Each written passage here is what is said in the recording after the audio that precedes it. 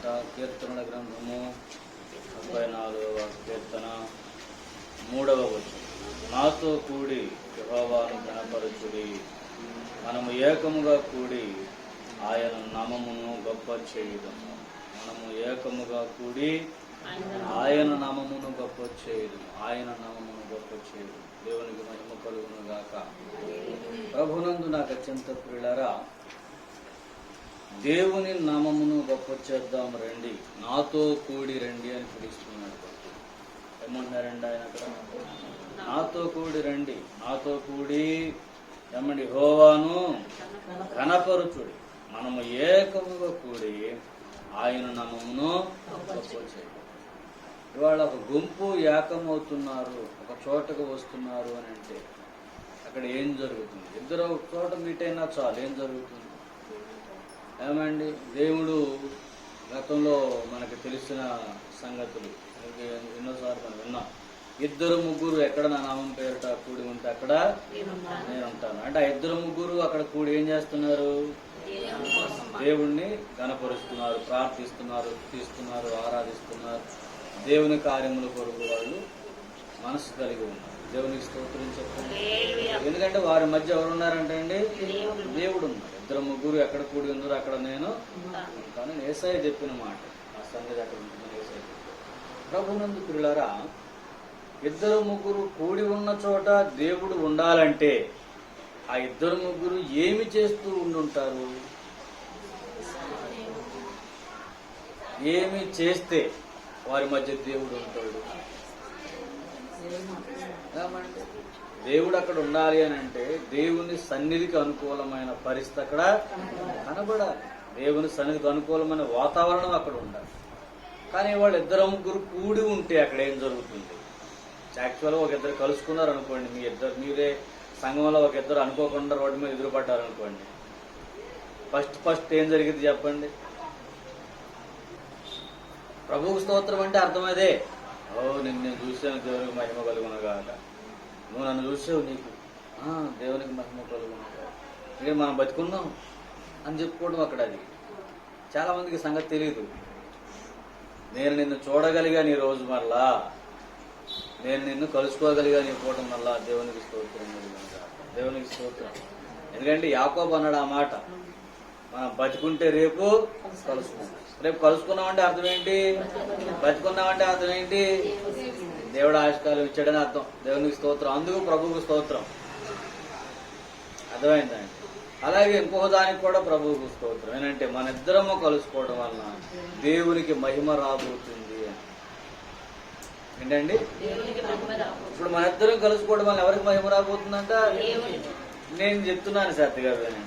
ఇప్పుడు first step లో ఎదురుపడగానే సంఘస్థులు automatic గా ప్రభు స్తోత్రం అండి అంటాం. అది ప్రైజ్ లార్డ్. ఇంగ్లీష్ వాళ్ళం కదా ఇప్పుడు మనం అందరం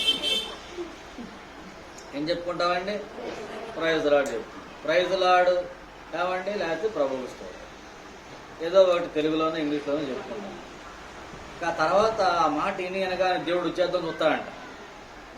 ఎక్కడికి? వీళ్ళు మహిపరిచేలాగా ఉన్నారు, గబాలు దిగేద్దాం అనుకుంటాడే. అంతే. నెక్స్ట్ ట్రిప్పే, నెక్స్ట్ వర్డే ఏమండి, లోపల ఉన్నది బయటకు వచ్చేసరికి ఆగిపోతుంది. వీళ్ళని కాపాడుతారనుకున్నాను. ఫస్ట్ కలిసి కలాగానే ప్రభు స్తోత్రం అన్నారు, ప్రైజ్ ది లార్డ్, దేవునికి మహిమ కలుగును గాక అన్నారు. ఇక ఏదో వీళ్ళని గణపరిచే కార్యక్రమం చేయబోతున్నాను అనుకున్నా, రాబోతుంటే ఆ నోరు తెరవగానే ఏమంటే వారం రోజుల క్రితం నోరులాగా వచ్చేది వాసన. ఏమండి, అక్కర్లేని మాటలు, అక్కర్లేని విషయాలు. ఏమంటే నువ్వు అంత గొప్ప అయితే నేను ఎంత గొప్ప అన్నట్టు. ఇలాగే వాళ్ళు గొప్పలు, ఎవరికి వాళ్ళు ఒకళ్ళని మించిన ఒకళ్ళు గొప్పలు చెప్పుకోవడం, అక్కర్లేని గొప్పలు చెప్పుకోవడం తప్పించి దేవుణ్ణి గొప్ప చేద్దామనే ఆలోచన ఉందా? అసలు అక్కడ ప్రసక్తే లేదు. మనం దేవుణ్ణి కనపరచాలి, దేవుణ్ణి గొప్ప చేయాలి, దేవుణ్ణి మహిమపరచాలి అనే ఆలోచనతో సంబంధం లేదు. ఏం చేయాలా అని అంటే మన గొప్పలయో మనం చెప్పుకోవాలి. ఒకళ్ళకొకళ్ళు గొప్పగా కనబడాలి. ఏమంటే వాళ్ళు అలా కనపడితే మనం మించి కనపడాలి, వాళ్ళు ఎలా చెప్తే మనం దానికి మించి చెప్పాలి. కానీ ఇక్కడ మనందరికీ పరిచయం అనే విషయమే. మలాకీలో అనుకుంటా ఒక చోట అంటాడు, ఆఖరి గ్రంథము ఆఖరి అధ్యాయంలో అనుకుంటా మలాకి 3వ అధ్యాయము 16వ వచనం చదవండి. అప్పుడు యెహోవా యందు భయభక్తులు గలవారు ఒకరితోనొకరు మాట్లాడుకొనుచుండగా యెహోవా చెవియొగ్గి ఆలకించును, మరియు యెహోవా యందు భయభక్తులు కలిగి స్మరించుండు వారికి జ్ఞాపకార్థముగా. దేవునికి స్తోత్రము చెప్పండి. ఈ విషయం గుర్తుపెట్టుకోవాలి బిడ్డలారా అందరూ కూడా. ఏమంటే ఆయన సముఖములో గ్రంథం ఉంది మన విషయమై, మనకు జ్ఞాపకార్థంగా ఉండడానికి కొరకై ఆ గ్రంథం ఇస్తాడు రేపు పొద్దున. కానీ ఆ పైన ఏమన్నాడు, ఒకరికొకరు మాట్లాడుకొని చూడగా యెహోవా ఏం చేస్తున్నాడంట, చెవియొగ్గి ఆలకిస్తున్నాడు. ఒక ఇద్దరు భక్తులు ఒక చోట కూడుకున్నారంట. వారికి ఏమన్నా యెహోవా యందు భయభక్తులు గలవాళ్ళు అయితే మాట్లాడుకుంటే విషయం వేరేగానే ఉంటుంది, దేవుడిని కనపరిచేలాగానే. కానీ ఇవాళ మనం ఇద్దరం కలిసి ఒక చోట కూర్చున్న తర్వాత, ఒక చోట ఉన్న తర్వాత దేవునికి మహిమ వస్తుందా, లేకపోతే ఎవడికి వాడు సొంత మహిమను అక్కడ వెతుక్కుంటున్నాడు? మనల్ని మనము గొప్ప చేసుకునే విధముగా మన సంభాషణ ఉంటుందా, లేక మనల్ని గొప్పగా చూపించుకునే విధంగా మన సంభాషణలు మన ప్రవర్తనలు ఉంటున్నాయా, లేక దేవుణ్ణి గొప్ప చేసే విధంగా మన వ్యవహారాలు ఉంటున్నాయా? ప్రభునందు పిల్లరా, మన హృదయములను మనము సరిగా పరిశీలించుకోవలసిన వారమై ఉన్నాం. మనము ఏకముగా కూడి ఆయన నామమును గొప్ప చేయుదురమని పిలుస్తున్నాడు. దేవుణ్ణి ఘనపరచవలసిన సమయంలో సంఘము చేస్తున్న పని ఏంటంటే, ఎవరి గొప్పను వారు చూసుకుంటున్న పరిస్థితి ఏర్పడింది. ఎవరి పరిస్థితుల్లో వాళ్ళు గొప్పగా కనబడాలి, ఎవరికి వాళ్ళు గొప్పగా కనబడాలి. ఏమండి, ఇద్దరు కలుసుకున్నప్పుడు వాళ్ళ మధ్య సంభాషణ ఒకసారి గమనించండి. మన గురించి మన గొప్పను చెప్పుకోకుండా దేవుణ్ణి మహిమపరచాలని ప్రయత్నించే వాళ్ళు ఎంతమంది ఉంటారే వాళ్ళు చెప్పండి.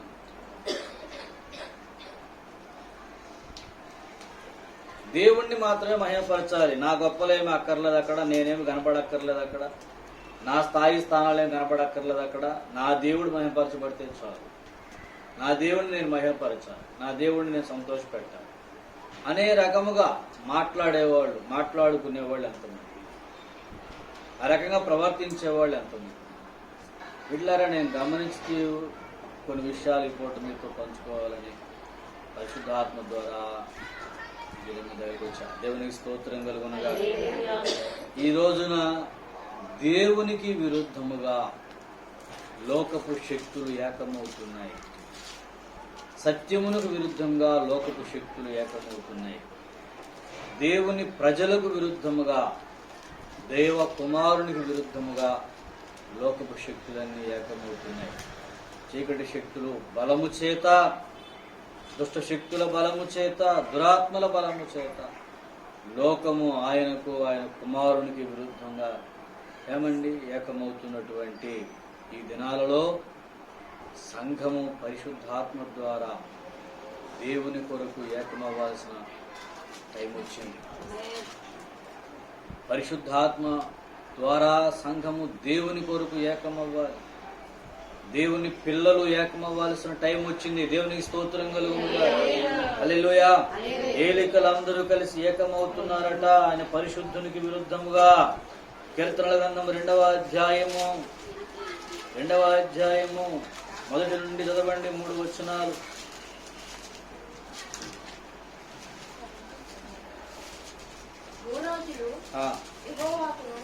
ఆయన అభిషిక్తులకి విరోధంగా నిలవబడుచున్నారు. ఏలికలు ఏకీభవించి ఆలోచన చేస్తారంట. ఏలికలు అంటే ఏలువారు, పాలించువారు, రాజులు. వాళ్ళు చేస్తారంట, అందరూ ఏకీభవించేసి ఆయనకు విరుద్ధముగా, దేవునికి విరోధముగా, దేవుని అభిషిక్తునికి విరోధముగా ఆలోచన చేస్తున్నారు. ఈ దినమున ప్రభునందు ప్రియులారా, దేవుని పక్షముగా మనం ఏదన్నా ఒకటి చేయాలంటే ఇవాళ అవకాశం లేదు. దేవుని తరపున మనం ఏదన్నా చేయాలంటే అవకాశం లేదు. దేవుని నిమిత్తం మనం ఏదన్నా చేయాలంటే అవకాశం లేదు. ఏమండి, ఏంట్రా బాబు ఇలా పరిస్థితి అనే పరిస్థితి మనకి ఏర్పడింది. రాజులు సైతం ఏకీభవిస్తున్నారు, ప్రభుత్వములు దేవుని ప్రజలకు విరుద్ధంగా లేచున్నాయి, రాజులు దేవుని ప్రజలకు విరుద్ధంగా లేస్తున్నారు. ప్రపంచంలో ఇవాళ మనం గమనించవలసి ఉంటే పిల్లరా, ఒక రకంగా చెప్పాలంటే దేవుడు కల్పించుకునే పరిస్థితి ఒకటి ధనాన ప్రపంచంలో జరుగుతూ ఉంది. ఇవాళ మీడియా మీరు గమనిస్తే మీడియా కూడా చెప్తున్నాను సార్, దైవ సంబంధంగా, యేసయ్య సంబంధంగా, దేవుని సంబంధంగా ఏదైనా ఒక కార్యం ఎక్కడ జరిగినా సరే మీడియా స్తబ్దుగా ఉంటుంది. మీడియా మాట్లాడు, అస్సలు మీడియా దాన్ని ప్రస్తావించు. ఎక్కడ అదే ఎక్కడన్నా ఒక చిన్న షేప్లో ఉన్న వంకాయ కనపడ్డా దాని ఫోటోలు తీసి మళ్ళీ మీడియా పబ్లిసిటీ చేయాలి. ఏదో వేరొక రకమైన షేప్లో కనపడిందంటే ఆ వంకాయ ఫోటోలు తీసి దాని వీడియోలు తీసి దాన్ని పబ్లిసిటీ చేస్తారు. అది ఇంటికి జనం వెళ్ళిపోయేది చేస్తారు. పక్కన ఆ వంకాయకి ఇచ్చిన పబ్లిసిటీ దేవుని కార్యాలకు ఎవరు. కాబట్టి ఇది ఏంటి అన్నది తెలియదు. ఎన్నో అద్భుతాలు దేవుడి ద్వారా జరుగుతూ ఉన్నాయి ప్రపంచంలో, ఎన్నో కార్యాలు దేవుడు చేస్తూ ఉంటాడు. కానీ దైవ సంబంధమైన కార్యం అనేది జరుగుతుంది. ఎందుకంటే తెలుసా, వీళ్ళందరూ ఏకముగా కూడి చేసేది ఏంటంటే దేవుణ్ణి హీనపరచాలి, దేవుడు కాని దాన్ని దేవుణ్ణి చేయాలి, అసలైన దేవుణ్ణి కనబడకుండా చేయాలి. ఇది సాతాను సామ్రాజ్యము, చీకటి లోకము, దుష్టుని లోకము. ఈ లోకములో వాడి యొక్క ప్రభుత్వము జరుగుతున్నటువంటి సమయంలో దేవుని ప్రజల మీదకు యుద్ధములు వస్తాయి. చూడండి పిల్లలు, ఇక్కడ 83వ కీర్తనలో ఒక మాట మనం గమనించవచ్చు. ఒకసారి రండి, 83వ కీర్తన తీయండి. 83వ కీర్తన 2వ వచనం చదవండి. నీ శత్రువులు అల్లరి చేయుచున్నారు, నిన్ను ద్వేషించువారు తల ఎత్తి ఉన్నారు. నీ ప్రజల మీద వారు కపటోపాయములు పన్నుచున్నారు.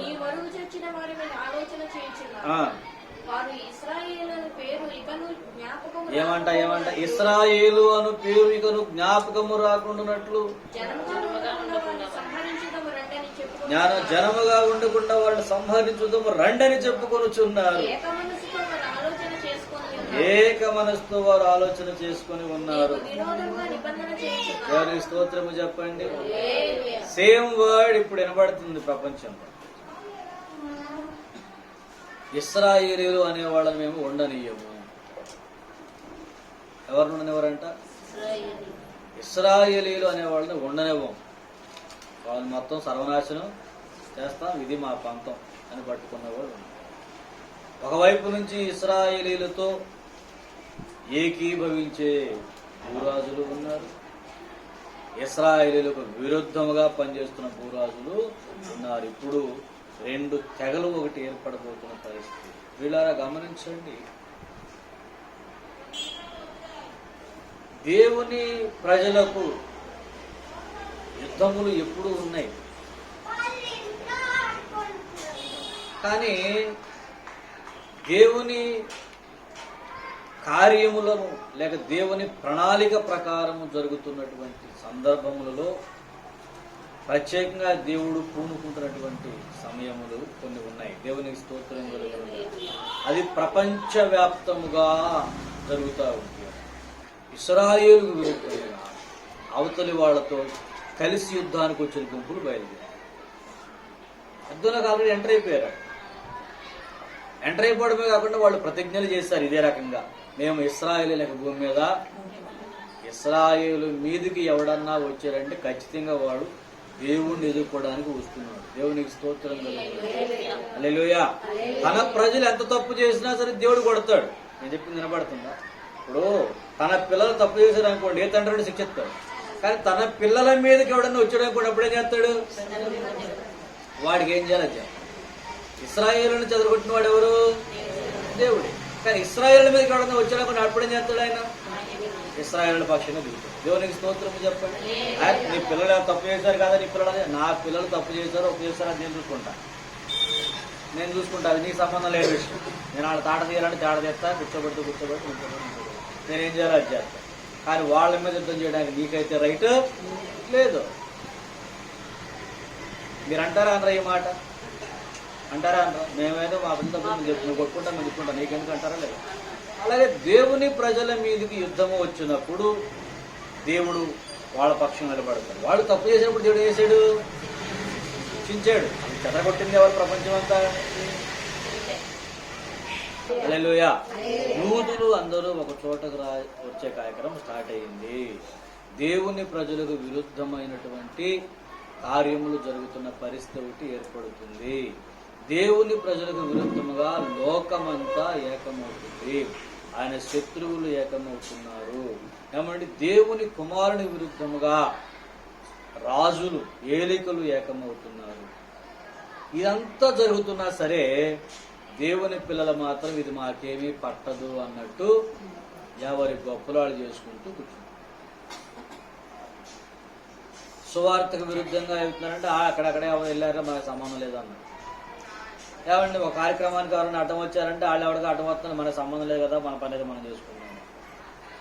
ఎవరి పనుల్లో వాళ్ళు బిజీగా ఉన్నారు, ఎవరి గొప్పల్లో వాళ్ళు బిజీగా ఉన్నారు తప్ప దేవునికి విరుద్ధంగా ఏం జరుగుతుంది, మన శత్రువులు ఉన్నారా అసలు మనకి, ఉంటే వాళ్ళు ఏం చేస్తున్నారు, దానికి ప్రతిగా మనం ఏం చేయాలి అనే ఆలోచన సంఘములోనికి రావడం లేదు. సంఘం ఎంతసేపు ఎక్కడుందంటే ఎవడు గంజి కాగితే వాడు జలార్చుకునే పనిలో ఉన్నాడు. నా కొండుడు కింద నాకు చాలన్నాడు. ఏమంటే నా పని అయింది నాకు చాలు, నా అవసరం తీరింది నాకు చాలు, ఎవడెట్టపోతే నాకెందుకు, ఏది ఎలా జరిగితే నాకెందుకు, నాకు అది సంబంధం లేదు. నా మట్టుకు నేను బాగున్నానా లేదా, నా ఇల్లు బాగుంది, నా భార్య బిడ్డలు బాగున్నారు. బిడ్డ నీ ఇంటి మీదకే శత్రువు దాడి చేస్తూ నువ్వేం చేస్తావు చెప్పు. నువ్వు అక్కడ ఎదుర్కొంటావా లేకపోతే ఆలోచిస్తావా, కనీసం దానికోసం ఆలోచించవా, ఎదుర్కొనే ప్రయత్నం చేస్తావా చేయవా? అంటే నీ మీదికి వస్తే తప్పించి నువ్వు దాని విషయంలో ఆలోచన చెయ్యవు. మన మీదికే ఒక శత్రువు వస్తే మనం ఏం చేస్తాం, ఆలోచిస్తాం, ఆలోచించు. మనం హెల్ప్ అడుగుతామో అడగము, ఎవరో ఒకరు మనకు సహాయం కావాలని కోరుకుంటాం. అరే మరి ఇతరులకు ఎవరన్నా అలా వచ్చినప్పుడు ఎందుకు నువ్వు వెళ్ళవు? ఇవాళ శత్రువు తయారవుతుంది నీకు విరుద్ధంగా కాదు, దేవునికి విరుద్ధంగా శత్రువు తయారవుతుంది. శత్రువులు ఎలా తయారవుతున్నారంటే ఎవరికి విరుద్ధంగా తయారవుతున్నారు? దేవునికి విరుద్ధంగా శత్రువులు తయారవుతున్నారు. దేవునికి విరుద్ధంగా ఎందుకు తయారవుతున్నారు వాళ్ళు? ఎవరు వాళ్ళు? దేవునికి విరుద్ధంగా తయారవుతున్న శత్రువులు ఎవరు వాళ్ళు? ఎక్కడి నుంచి వచ్చిన వాళ్ళు? వాళ్ళు మనుషులే కదా, మరి వాళ్ళు ఎందుకు దేవునికి విరుద్ధంగా తయారవుతారు అని అంటే వాళ్ళను రేపుతున్న శక్తి ఉంటుంది.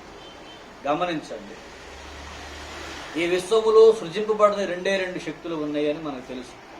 ఒకటి దేవుడు, రెండు చీకటి సాతాను. ఒకటి వెలుగు, రెండు చీకటి అనుకుందాం ఉదాహరణ.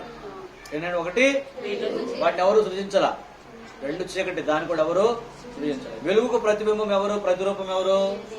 దేవుడు. చీకటికి ప్రతినిధ్యం ఉంది ఎవరు? సాతాను. ఏమండి రెంటికి యుద్ధంలో ఉంది.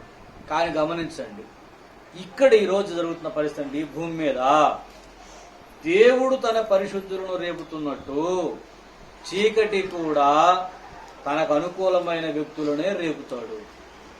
మనుషుల ద్వారానే యుద్ధం చేస్తున్నారు, మనుషులు యుద్ధం చేస్తున్నారు. కానీ ఇక్కడ ఈ ఇద్దరు మనుషులలో అటు ఒక శక్తి పనిచేస్తుంది, ఇటు ఇంకో శక్తి పనిచేస్తుంది. అంటే చీకటి దురాత్మ బలముతో రేగుతున్న వారు కొందరుంటే పరిశుద్ధాత్మ బలముతో ఎదుర్కొంటున్న వారు కొందరు. చెప్పింది అర్థమైందా? అర్థమైంది. దేవునికి స్తోత్రం చెప్పండి. చీకటి శక్తులు కూడా మనుషుల మీదే పనిచేస్తున్నాయి, దెయ్యపు శక్తులు మనుషుల మీదే పనిచేస్తాయి. కాబట్టి పరిశుద్ధాత్మ దేవుడు కూడా మనుషుల్లోంచే పనిచేస్తాడు. నువ్వు ఎటువైపు ఉన్నావు అన్నది నీ క్యారెక్టర్ డిసైడ్ చేస్తుంది. నువ్వు వెలుగు వైపు ఉన్నావా, చీకటి వైపు ఉన్నావా అన్నది ఏం డిసైడ్ చేస్తుందండి?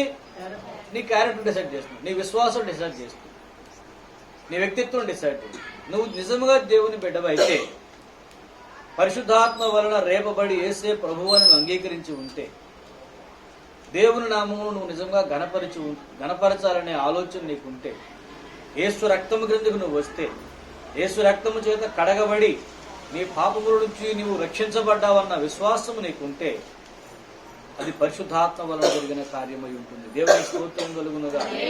హల్లెలూయా. అంటే పరిశుద్ధాత్మ ద్వారా తప్ప యేసు ప్రభువు అని ఎవడునూ అంగీకరించలేడు.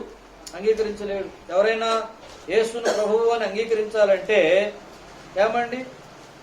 పరిశుద్ధాత్మ వలనే జరుగుతుంది. 1 కొరింథీ పత్రిక 12వ అధ్యాయం 3వ వచనం చదవండి ఒకసారి. ఇందుచేత దేవుని ఆత్మ వలన మాట్లాడువాడెవడును దేవుని ఆత్మ వల్ల మాట్లాడువాడెవడును యేసు శాపగ్రస్తుడని చెప్పడనియు యేసు శాపగ్రస్తుడని చెప్పడనియు పరిశుద్ధాత్మ వలన తప్ప ఎవడును యేసు ప్రభువని చెప్పలేడనియు యేసు ప్రభువు అని చెప్పలేడనియు నేను మీకు తెలియజేయుచున్నాను. నేను మీకు తెలియజేయుచున్నాను. దేవునికి స్తోత్రం చెప్పండి. పరిశుద్ధాత్మ వలన తప్ప యేసు ప్రభువు అని ఎవరు చెప్పలేరు. అంటే దేవుణ్ణి అంగీకరించిన వాడు ఒకడు ఉన్నాడంటే వాడు దేని వలన? పరిశుద్ధాత్మ వలన దేవుణ్ణి గణపరుస్తున్నాడు. దేవునికి స్తోత్రము చెప్పండి. అంటే పరిశుద్ధాత్మ వలన మాత్రమే వాడు ప్రభువు అని అంగీకరించగలడు. పరిశుద్ధాత్మ వలన మాత్రమే వాడు దేవుణ్ణి రక్షకుడుగా అంగీకరించగలడు. పరిశుద్ధాత్మ వలన మాత్రమే వాడు పరిశుద్ధంగా జీవించగలడు. పరిశుద్ధాత్మ వలన మాత్రమే వాడు దేవునికి మహిమను తేగలడు. పరిశుద్ధాత్మ సహాయం లేకుండా అసలు ఎవడు పాప క్షమాపణ కూడా పొందలేదు. యోహాను సువార్తలో మనం గమనించినట్లయితే దేవుడు మాట్లాడుతున్నాడు. ఆయన వచ్చినప్పుడు మిమ్మును పాపమును గుర్చియు నీతిని గుర్చియు తీర్పును గుర్చియు ఒప్పింపదు. ఒకడు పాపములు ఒప్పుకోవాలన్నా వానికి ఎవరు సహాయం చేయాలా? ఇవాళ మనం పాపములు చేస్తున్నాం, దోషములు చేస్తున్నాం, అయినా మనం ఒప్పుకోవడం లేదు అని అంటే కారణం ఏంటి తెలుసా అండి? మనలో దైవాత్మ కాదు పనిచేసేది. ఏ ఆత్మ పనిచేస్తుంది అనుకోవాలా? చీకటి పనిచేసినప్పుడు మాత్రం నువ్వు పాపాన్ని అంగీకరించలేదు. పరిశుద్ధాత్మ పనిచేస్తున్నప్పుడు అర్థమవుతుంది. నీ లోపములు, నీ బలహీనతలు, నీ దోషములు నీకు అర్థమవుతాయి. నువ్వు పాపములో ఉన్నావన్న సంగతి నీకు అర్థమై నీకు రక్షణ అవసరం అన్న సంగతి నీకు తెలుస్తుంది. దేవునికి స్తోత్రం కలుగుతుంది. అసలు పరిశుద్ధాత్మతో సంబంధం లేని వాళ్ళు వాళ్ళ లోపములను వాళ్ళు గ్రహించలేరు. ఒకడు తన లోపమును గ్రహించలేకపోతున్నాడు అని అంటే ఖచ్చితంగా వాడు వెనకాల ఏం పని చేస్తుంది అనుకోవాలా? ఒకడు తన లోపమును ఎరిగి పశ్చాత్తాపడుతున్నారంటే వాళ్ళు ఏం పనిచేస్తుంది? దేవుని ఆత్మ పనిచేస్తుంది. దేవునికి స్తోత్రము చెప్పండి. దేవుని ఆత్మ నీలో పనిచేస్తుంది అనడానికి రుజువు నిన్ను నీవు గ్రహించడం, నీ లోపములు పాపములు అంగీకరిస్తూ విడిచిపెట్టడం, నీ అపరాధముల నుంచి నువ్వు తప్పించుకోవడం. దేవునికి స్తోత్రము చెప్పండి. ఒక లోపమును నీ ముందుకు తీసుకురాగానే నువ్వు తిరగబడ్డావంటే అలా తిరగబడేది ఒకే ఒక్కటి. ఏంటి తెలుసా అండి? ఏంటి చెప్పండి? అది చీకటి. ఇదిగో ఈ లోపం ఉంది కదా, ఇలా కళ్ళ ముందు కనబడుతున్నా సరే నువ్వు ఒప్పుకో. దానికి ఏదో ఒక చెప్పి దాన్ని తప్పించే ప్రయత్నం చేస్తా తప్ప అది నిజమేనండి, ఇది లోపమే అని యథార్థంగా ఒప్పుకో. కళ్ళ ముందు కనబడతానే ఉంటుంది లోపము, అయినా సరే యాక్సెప్ట్ చేయదు, అయినా సరే అంగీకరించము. దానికి కారణం ఏంటో తెలుసా అండి? నీ హృదయంలో చీకటి పనిచేస్తే తప్ప నీ కళ్ళ ముందు కనబడుతున్నా సరే లోపాన్ని అంగీకరించు. నీకు అర్థమవుతుంది ఇది లోపమని, ఇది బలహీనత అని, ఇది కాని విషయం. ఇది ఇలా ఉండకూడదని నీకు అర్థమవుతుంది, ఇది ఇలా చేయకూడదని నీకు అర్థమవుతుంది. అయినా సరే దాన్ని సమర్థిస్తూ నువ్వు చేసే వాదము చూసావా? దానికి కారణం ఏంటో తెలుసా అండి? దురాత్మ బలము చేత రేపబడ్డాడు. అవిధేయులైన వారిని రేపుచున్నటువంటి ఈ లోక శక్తి అని ఒకటి మీరు చదివారు. ఎఫెసీ పత్రిక 2వ అధ్యాయం 2వ వచనంలో ఉన్న మాట ఒకసారి గమనించి చూడండి.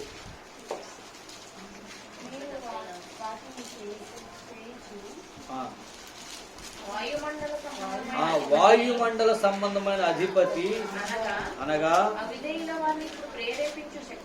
అవిధేయులైన వారిని ఇప్పుడు ప్రేరేపించు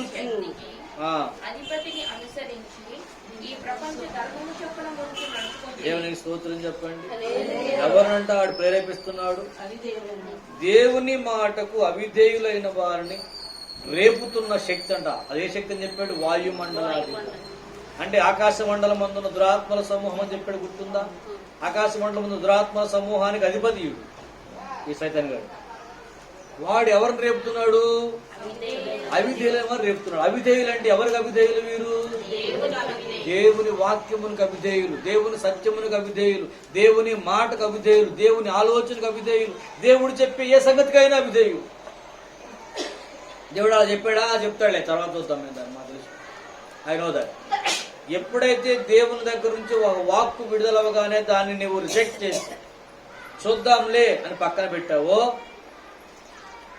అది నువ్వు కాదు, నిన్ను వశపరుచుకున్న చీకటి వల్ల జరిగిన కార్యం. ఒక సంగతి నీకు అర్థమయ్యింది, ఒక విషయం నీకు అర్థమయ్యింది, ఒక సత్యం నీకు బయలుపడింది, ఇది లేఖనానుసారం అన్న సంగతి మీకు తెలిసింది. నిజమే, ఇది వాక్యం ప్రకారం ఎలాగే చేయాలి, ఎలాగే ఉండాలి, ఎలాగే నడవాలి అన్న సంగతి మనకు అర్థమయ్యింది. అర్థమైన తర్వాత నెక్స్ట్ మినిట్ మనకు వచ్చే ఆలోచన ఏంటి? చూద్దాంలే, తర్వాత చూద్దాంలే, వీలున్నప్పుడు. పరిశుద్ధాత్మ వలన నింపబడిన వ్యక్తి అనుకోండి, పరిశుద్ధాత్మ అనుసారం నడిచే వ్యక్తి అనుకోండి, చూద్దాంలే అనే మాట అనలేడు. భయం వేస్తుంది, పశ్చాత్తాపం వస్తుంది, బాధ కలుగుతుంది. ఏమండి వడిలి దేవుని కాళ్ళు పట్టుకుని, ప్రభువా తప్పు చేశానప్పుడు నాకు అర్థమైంది వాక్యం ద్వారా, నేను అలా చేయకూడదు, ఇలా చేయను, నన్ను క్షమించు అని దేవుని ఆత్మతో ఏకీభవిస్తాను. అలా కాకుండా దేవుని పాదాల వద్దకు రాకుండా, శిలువ దగ్గరకు రాకుండా, ఒక సంగతి నీకు అర్థమైన తర్వాత, ఒక విషయం నీకు అర్థమైనాక చూద్దాంలే, మాకు తెలుసులే అని అసలు నీ హృదయం ఏ స్పందన రాతి హృదయం లాగా అయిపోదు. కడుగట్టినటువంటి హృదయాలు అంటారు చూసారా, అలాగా బండలాగా అయిపోయి, మొద్దుబారిపోయిన మనసులాగా అయిపోయి, పశ్చాత్తాపం కానీ, క్షమాపణ కానీ, సరి చేసుకోవడం కానీ ఫీల్ రాదు. అసలు ఫీల్ ఏమి లేకుండా మనసంతా ఒక ఇత్తడిలాగా అయిపోదు. ఇత్తడి సముద్రం అంటారు చూసారా, అంటే అలలు లేని సముద్రం లాగా. సముద్రం అంటే అలా లేకుండా ఉండదు కదా. ఏమండి ఒక ఫ్లాట్గా అయిపోతాం, మైండ్ అంతా బేరగా అయిపోయి, చివరికి చూద్దాంలే కానీ అసలు నువ్వు చిరువు దగ్గరగా రాలేదు, పశ్చాత్తాపం రాదు, క్షమాపణ రాదు. ఎందుకో తెలుసా అండి, వింటూ ఉండగా నీ మైండ్లో ఒక రిజెక్షన్ వచ్చేసింది. ఏంటో తెలుసా అది? చూద్దాంలే, సరే ఓకే నాకు తెలుసులే, సరే ఇప్పుడు కాదులే, ఏదో ఒకటి విరుద్ధమైన ఆలోచన ఏదైనా కావచ్చు. అది ఒకళ్ళు ఒక రకంగా అనుకుంటారు, అందరూ ఒక రకంగా అనుకోరు కదా.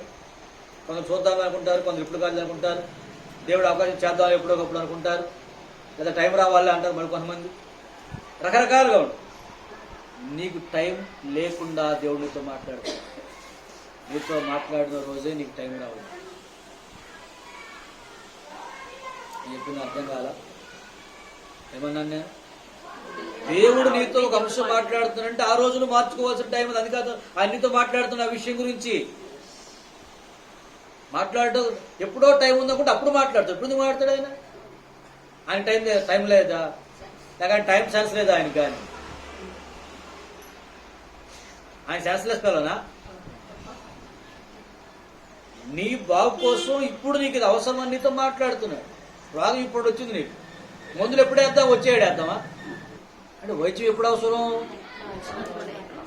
రాదు ఎప్పుడైతే నువ్వు ఎప్పుడు దారి తప్పుతున్నావు అప్పుడే దేవుని మాట అవసరం.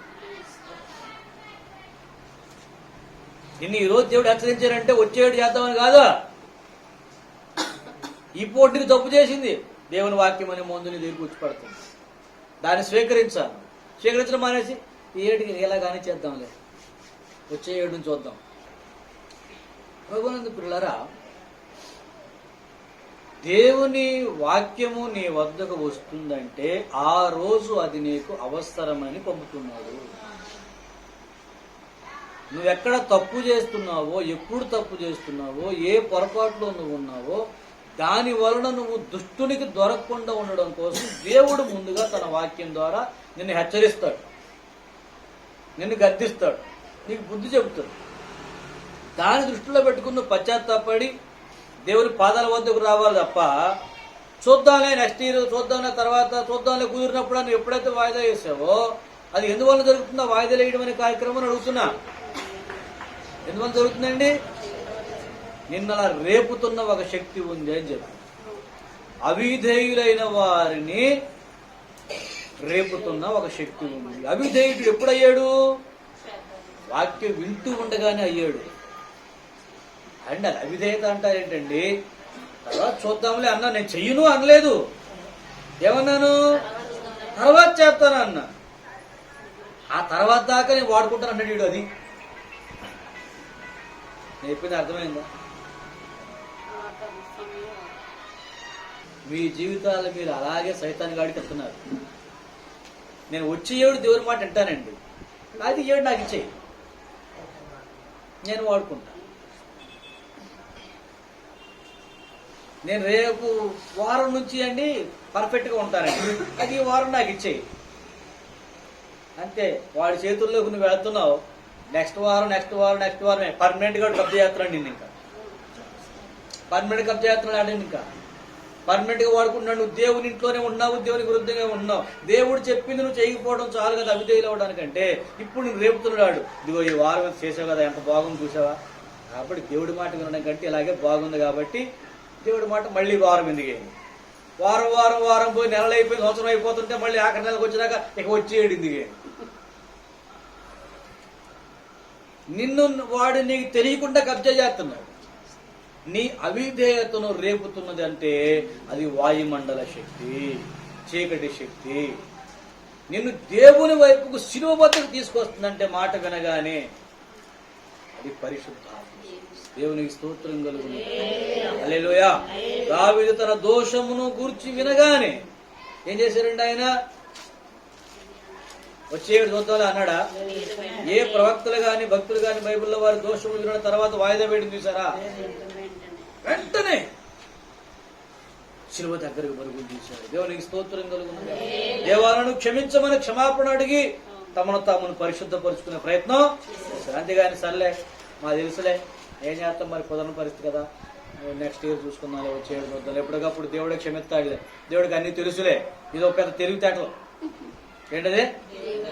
పాపం తెలవక నేను అడుగుతున్నాడు, బాబు వచ్చి సలహా ఏం చేయమంటో చెప్పు అని. ఆయనకు అన్ని తెలిసే నేను అడుగుతున్నాడు, వాట్ ఈజ్ యూ అని తెలుసుకోవడానికి. ఎందుకంటే నువ్వు తీసుకునే నిర్ణయాలు, నువ్వు చేసే పనులే నేను చిత్వాన్ని నిర్ణయిస్తాయి. అది నీవు ఏంటో నీకు అర్థమవడం కోసమే దేవుడు నీతో మాట్లాడాడు. ఆయనకి తెలియక కాదు, ఆయనకు అర్థంగా కాదు. నీ గతం కాదు, నీ భవిష్యత్తు కూడా ఆయనకు మొత్తం తెలుసు. నీకు నీ గతమే తెలుసు, నీ భవిష్యత్తు తెలదు. కానీ నీ భవిష్యత్తు, నీ ఆఖరి రోజు కూడా దేవుడికి తెలుసు. దేవునికి స్తోత్రం. అయినా ఈ రోజు ఆయన నీతో ఉన్నందుకు తెలుసా? రేపు నరకంలో పోయే ఏడవాలి కదా. నువ్వు నమ్మకస్తుడు నాయన, యథార్థవంతుడు నాయన, నువ్వు ప్రతిరోజు వచ్చి నాతో మాట్లాడావు నాయన, ప్రతి క్షణం వచ్చి నువ్వు హెచ్చరించావు, నన్ను గద్దించావు. నేను నీ సేవకుడిని తిరగొట్టాను, నీ సేవకుడిని అసహించుకున్నాను, నీ సేవకుడిని తృణీకరించాను, నీ సేవకుడిని దిక్మాలోడు ఆమె పడ్డాడని చెప్పేసి తిట్టుకున్నాను, అస్తమాన్ నన్నే అంటాడేంటని చెప్పేసి అసక ఏమండి మొహం మార్చుకుని మూలం కూర్చున్నాను. నువ్వు న్యాయవంతుడు నాయన, పాస్టర్ గారు మాట్లాడుతున్నాను తప్ప నువ్వు అనుకోలేదు తండ్రి. ఎవరు అనుకున్నాను? ఈయనంటే అప్తమానం అదే మాట్లాడుతాను కొడుక, 20 మాటలు రావా ఈయనకి, ఆమె పడిపోతారేంటి? కొంతమందికి మాట ఉంటాయండి లోపల, ఆమె పడిపోతారేంటి అనేది. నేను ఎవరైనా పడ్డా నేను కూర్చుంటా కుదురుగా, నేను ఇక్కడే కూర్చుంటా. దేవునికి స్తోత్రం కలుగును గాక. నీ మీద పడేవాడు నేను కదా, పరిశుద్ధాత్మ దేవుడు. నేను హెచ్చరించేవాడు పరిశుద్ధాత్మ దేవుడు. ఒక మాట చెప్తాను ఏమనండి, మీరు వింటున్న వాక్యంలో ఉన్న ఒక్క మాట తప్పుడు మాట చెప్పండి, అక్కర్లేని మాట చెప్పండి, అనవసరమైన మాట చెప్పండి, ఇది వాక్యానుసారం కాదు, అనవసరంగా నన్ను అన్నారన్న మాట కూడా చెప్పండి. వాక్యమే అర్థమవుతుంది కదా. మరి నన్ను బట్టి నేను పడ్డానంటారేంటి? నేను కదా పడేది నీ మీద. నీ మీద కనికరపడిన వాడు నీ మీద పడుతున్నాడు. నిన్ను తన సైన్యములోకి రమ్మని పిలుస్తున్నవాడు నీ మీద పడుతున్నాడు.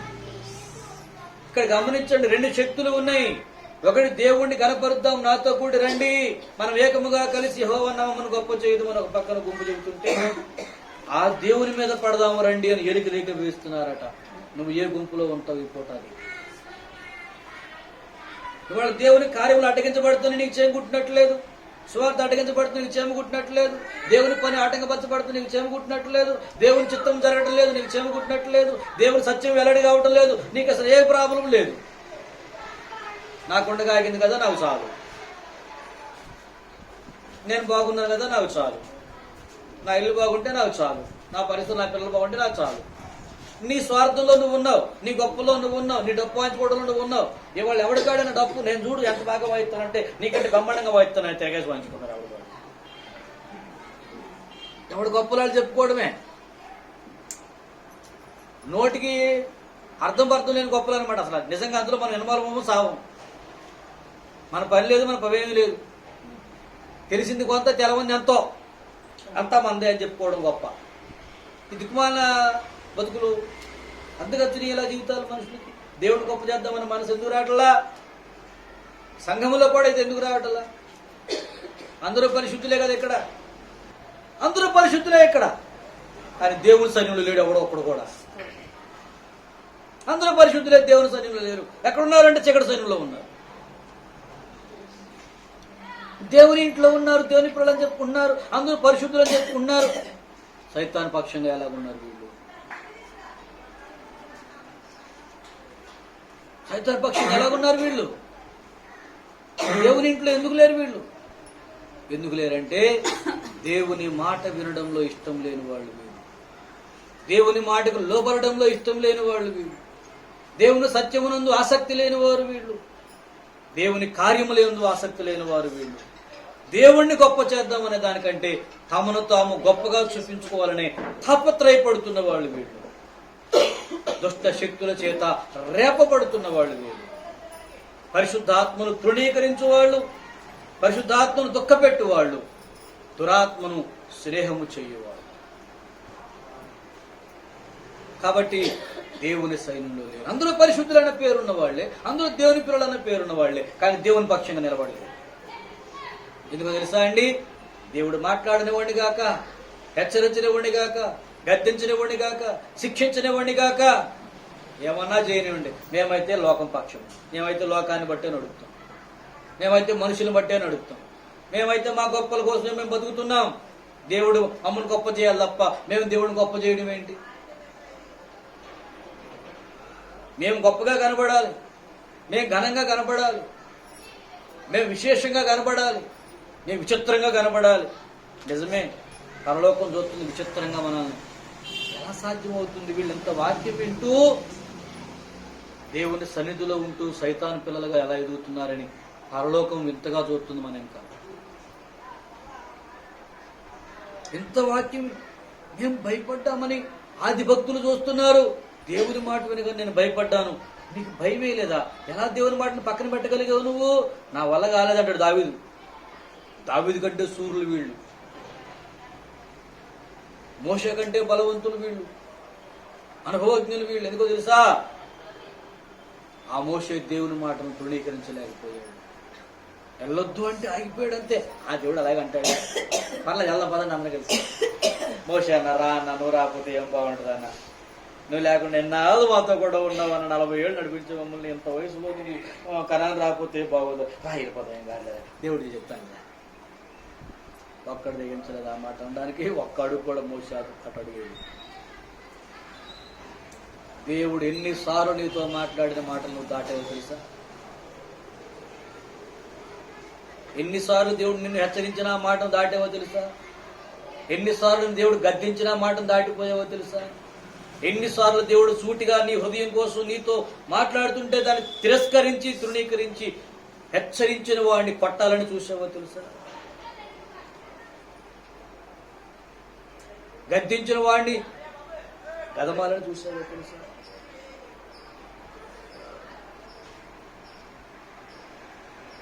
ఎలా ధైర్యం వచ్చింది నీకు? ఎలా ధైర్యం వచ్చింది నీకు? నిన్ను హెచ్చరిస్తున్నటువంటి వాక్యమును నీ దగ్గరికి తీసుకొస్తున్నటువంటి వ్యక్తిని తృణీకరించి అపహాస్యం చేయాలనే ఆలోచన నీకు ఎలా వచ్చిందో తెలుసా? అది ఈ వాయుమండలాధిపతి రేపడం వలన వచ్చింది. లేకపోతే నువ్వు తృణీకరించలేవు, లేకపోతే నువ్వు వ్యతిరేకించలేవు. పశ్చాత్తాపడతావు, పరిశుద్ధాత్మ నీ మీదకి వచ్చినట్టు. నువ్వు పరిశుద్ధాత్మకు లోబడి ఉన్నట్లయితే పశ్చాత్తాపడి దేవుడిని గొప్ప చేయడానికి శిలువ దగ్గరికి వస్తావు నువ్వు. అంతేగాని దైవజనుడికి విరుద్ధంగా నిలబడలేవు. శిలువ దగ్గరకు వచ్చి పశ్చాత్తాపడానికి కాళ్ళు పట్టుకుని ఏడ్చి ఆ రోజు నుంచి, ఆ దోషం నుంచి బయటకు వస్తా తప్ప వాయిదా వేయలేవు. వాయిదా వేసేలాగా నేను రేపింది ఎవరు? వాయిదాలు చూద్దాం, తర్వాత రేపు చూద్దాం, వీళ్ళు చూద్దాం. దేవుడు నీకు అప్పచెప్పిన పని మొత్తాన్ని నువ్వు కుంపు చేస్తున్నావు. వాయిదా వేయబట్టేగా, లేకపోతే నీ ద్వారా దేవుడే కార్యం చేయాలనుకున్నాడు. ఏం తెలుసు నీకు? 103వ కీర్తన 103వ కీర్తనలో ఒకసారి చూడండి, మాట ఉంది బిడ్డలారా.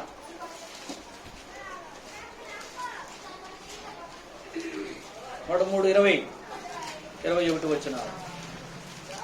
యెహోవా సైన్యములారా ఆయన చిత్తం నెరవేర్చు ఆయన పరిచారకులారా ఆ. మీరందరూ ఆయనను సన్నుతించు. దేవునికి స్తోత్రము చెప్పండి. యెహోవా సైన్యములారా ఆయన చిత్తము నెరవేర్చు ఆయన పరిచారకులారా మీరందరూ ఆయనను సన్నుతించండి. మీరందరూ ఆయన్ని కనపరచండి. ఎప్పుడు? ఆయన చిత్తము నెరవేర్చువారైనప్పుడు. దాని పై వచనంలో ఉంది, యెహోవా దూతలారా ఆయన ఆజ్ఞకు లోబడి ఆయన వాక్యం నెరవేర్చు బలశూరులారా ఆయన సన్నుతించుడి. వాక్యం నెరవేర్చే పనిలో మనం ఉన్నామా? వాక్యమును కనపరిచే పనిలో లేము, ఆయన చిత్తమును జరిగించే పనిలో లేము. మరి ఏ పనిలో మనం ఉన్నాం? వాక్యమును పక్కన పెట్టే పనిలో ఉన్నాం. ఇది ఆయన చిత్తము అని మనకు అర్థమైనా కూడా దాని తర్వాత చూద్దాంలే అని వాయిదాలు వేసే పనిలో ఉన్నాం. మరి నువ్వు దేవుని సైన్యం ఎలాగవుతావు? నువ్వు దేవుని సైన్యంలో ఎక్కడున్నావు? నీకు అప్పచెప్పిన పని ఏమైంది? అసలు ఈ పని అప్పచెప్తాడా దేవుడు? తన మాటను తృణీకరించే వాడికి దేవుడు పని అప్పచెప్పగలడా? తన మాటను వాయిదాలు వేసేవాడికి దేవుడు పని అప్పచెప్పగలడా? ఏలికలు ఏకముగా కూడి ఆయనకు ఆయన కుమారుడికి విరుద్ధంగా యుద్ధములు చేస్తా ఉంటే ఆయన పక్షమును ఉన్నామని చెప్పుకున్న సైన్యం అన్న కనీసం ఆయన తరపు నిలబడాలా వద్దా? మరి నువ్వు నిలబడుతున్నావా?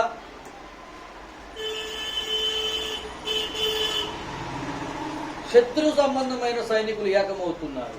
మరి దేవుని సైనికులు ఎందుకు ఏకంగా లేదు? దురాత్మ బలముతో రేగుతున్న వాళ్ళు ఏకమవుతున్నారు. దేవుని ప్రజలకు విరుద్ధముగా, సువార్తకు విరుద్ధంగా, సత్యమునికి విరుద్ధంగా వీళ్ళని నాటకపరచాలి, లాపాలి, వీళ్ళని అడ్డగించాలి అని. వాళ్ళు ఒకళ్ళొకళ్ళు అన్నదమ్ములు కాదు, అక్కజల్లులు కాదు, ఒకడు కూడా సంబంధమే లేదు. కానీ అందరూ కలిసి ఏకమై సత్యమునికి విరుద్ధంగా నిలబడుతున్నారు. ఇవాళ కూర్చున్న మనం అందరము సహోదరులము ఏకరక్త సంబంధులము అని చెప్పుకుంటున్నాం. కానీ ఈ సత్యం పక్షంగా ఎందుకు నిలబడట్లేదు? మరి ఈ సత్యం పక్షంగా ఎందుకు పోరాటం లేదు? మరి ఈ సత్యం పక్షంగా ఎందుకు ఏకీపించలేకపోతున్నాం? మరి ఏకీపించినప్పుడు దేవుడిని గొప్ప చేయగలుగుతాం.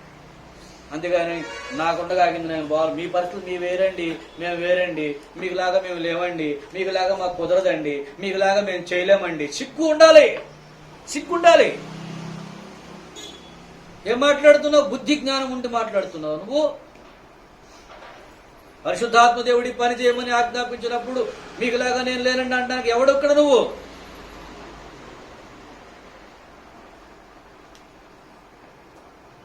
సింహము గర్జించగా భయపడని వాడెవడు? యెహోవా ఆజ్ఞాపించగా మాట్లాడని వాడెవడు? దేవునికి స్తోత్రం కలుగునగా. నీకులాగా నేను లేనంటే నీకని చెప్పాడు దేవుడు అన్నప్పుడు దేవుని సైన్యంలో నుంచి బయటికి పోవాలి. నువ్వు ఒక సైన్యంలో ఉన్నప్పుడు, ఒక యుద్ధంలోకి పోతున్నప్పుడు ఏ సైనికుడు అని మాట్లాడడానికి కుదురుతుందా? సైనికుల బయట పరిస్థితులు వేరు, సైన్యంలో ఉన్నప్పుడు వాడు వేరు. అదే సైన్యంలో ఒకే బెటాలియన్ లో పేదవాడు ఉన్నాడు, లక్షాధికారి ఉన్నాడు, బెచ్చాధికారి ఉన్నాడు. ఇంట్లో పరిస్థితులు అంటే బాగున్నవాడు ఉన్నాడు, బాగోనివాడు ఉన్నాడు, పనికి వచ్చినవాడు ఉన్నాడు, పనికి రానివాడు ఉన్నాడు. ఇంట్లో వాళ్ళ పరిస్థితులు వేరు, భౌతికమైన వాళ్ళ సామాజిక విలువలు వేరు. సైన్యంలో పోతే వాళ్ళందరూ ఎయిమ్ ఒకటే. అన్న మీరు వెళ్ళండి అన్న యుద్ధానికి, నాకు ఫోన్ వచ్చింది, మా ఇంట్లో మా ఆవిడ కడుపులో ఉందంట, నాకు కుదరదు, నేను రాలన్నా, చాలా బాధగా ఉంది అంటే ముందు ఇంటికి వెళ్ళిపోమని చెప్పేసి వాడు ఊస్టింగ్ ఆ తెచ్చి చేతిలో పెడతాడు. అసలు ముందెంతకి నువ్వు యుద్ధానికి రానంటున్నావు, ఇంట్లో బాగోలుగా రానంటున్నావా, లేకపోతే ఏదైనా నీకు వేరేగా ఉన్నాను కూర్చొనిందా? వాడు శత్రువు కంటే ప్రమాదం. సైన్యముతో కలిసి రాని సైనికుడు శత్రువుతో కంటే ప్రమాదం. ఒక రాజు రాజ్యంలో జరిగిన సంగతి నేను ఎక్కడో చదివిన గుర్తుంది నాకు.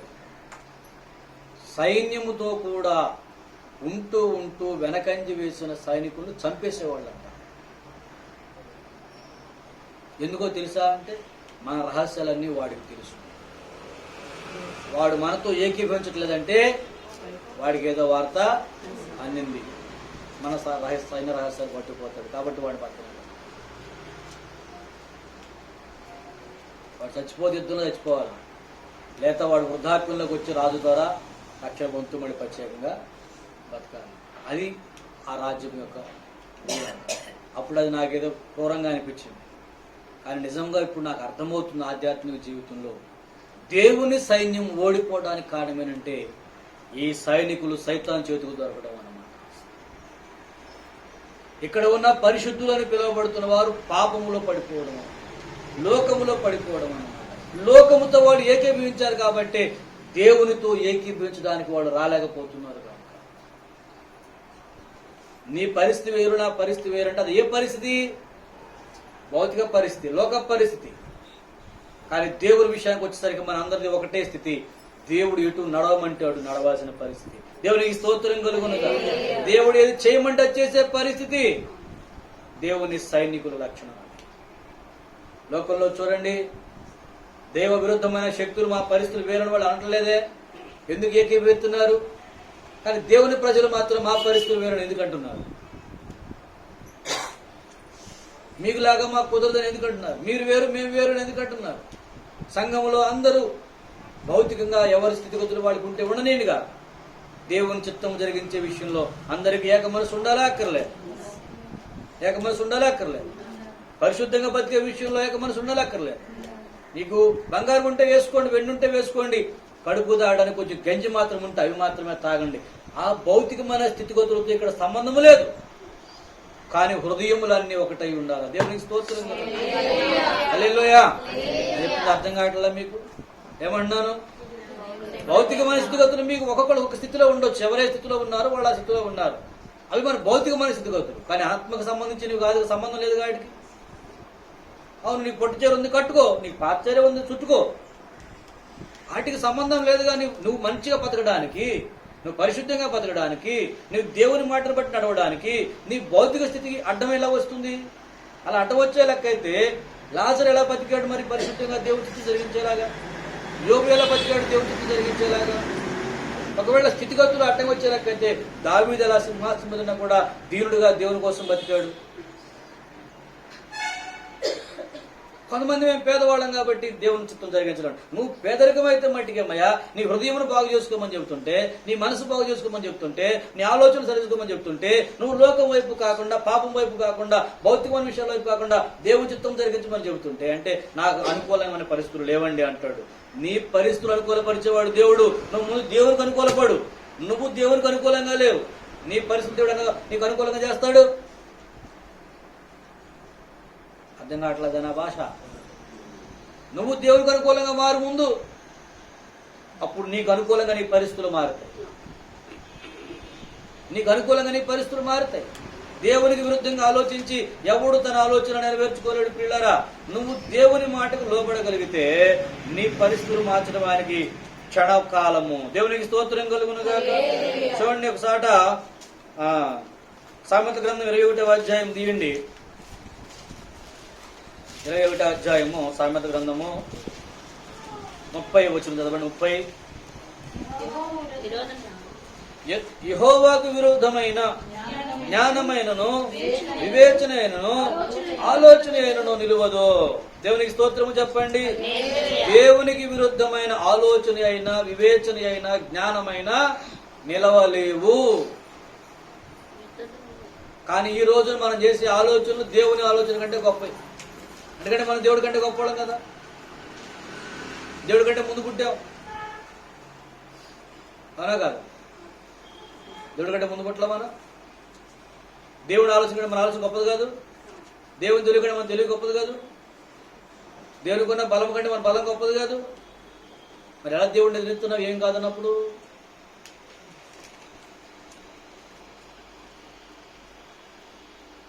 దేవుని కంటే మన దగ్గర ఏది గొప్పలేదన్నప్పుడు దేవుడిని ఎలా ఎదురెత్తున్నామండి?